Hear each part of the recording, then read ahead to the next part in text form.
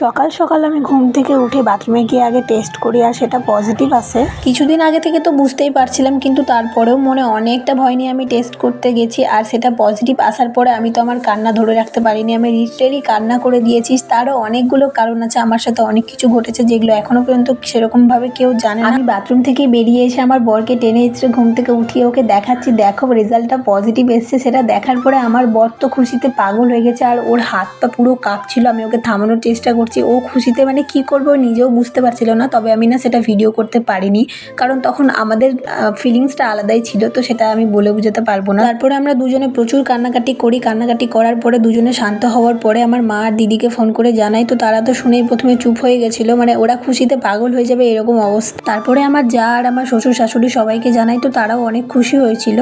আমার মা হওয়ার যুদ্ধে অনেক অনেক গল্প আছে যেগুলো তোমরা কেউ জানো না, আমি তোমাদের সেগুলো জানাবো। আস্তে আস্তে তোমরা সবটা জানতে পারবে। পরের দিন চলে গেছিলাম ডাক্তার দেখাতে মিষ্টি নিয়ে, আর এখন এই ভিডিওটা পোস্ট করব না, কারণ নজর বলতে কিছু একটা থাকে। আমার জীবনে নজর জিনিসটা খুব বাজেভাবে এফেক্ট করেছে।